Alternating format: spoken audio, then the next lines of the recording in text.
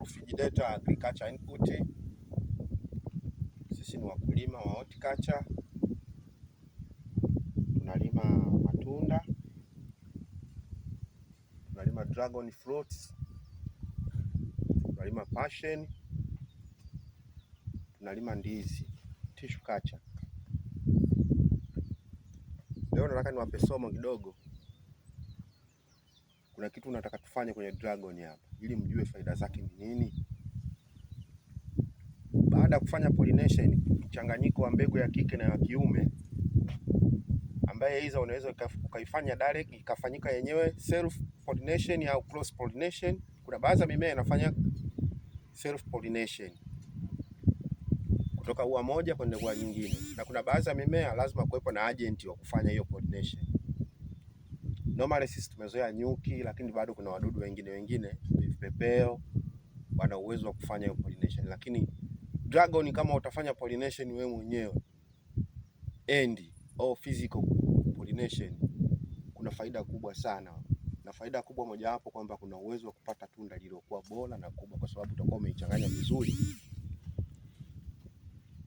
ile pollen yako, itakuwa umeichanganya vizuri. Kwa hiyo baada ya pollination, kinachofuata huwa tunatoa hii, tunakata hii, tunaikata. Kwa nini tunakata? Tunakata hii, tunaona hii hapa mbele hapa, hii inaweza ikapelekea kuleta infection kwenye mmea wetu. Ni rahisi kuzalisha fangasi, wadudu ambao wanaweza wakaenda wakaathiri mmea. Kwa hiyo ili sasa tunda letu lisije likaathirika, unatakiwa hii uikate.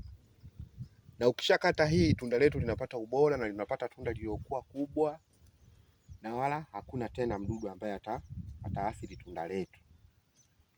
Nimetumia mkasi, lakini hii unaweza ukatoa tu bila kutumia mkasi. Nimetumia mkasi kwa sababu ninao hapa mkononi, lakini una uwezo wa kufanya hiyo kazi bila kutumia mkasi kwa urahisi tu. Una support tunda lako, una bendi kulia, kushoto, chini, juu, alafu una pull. Very simple. Wala una sababu ya kutumia mkasi. Nimetumia mkasi kwa sababu ninao mkononi na position kidogo kulingana na height ya kwangu na height ya pull imekuwa ndefu.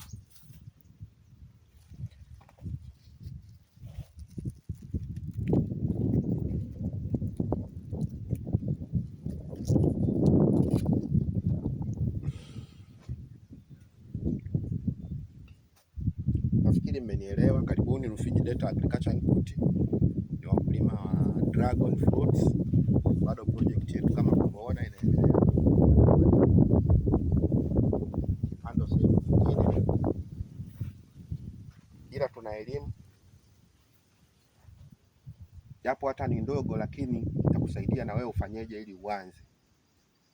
Tunauza mbegu na tunauza matunda kama unavyoona, maua haya na haya matunda yanazidi kutoka.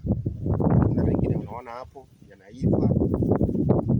Kwa hiyo tuko vizuri. Karibuni, tunapatikana Ruaha ni manispaa. Unaweza kutupata kwa namba 0655 67 38 91.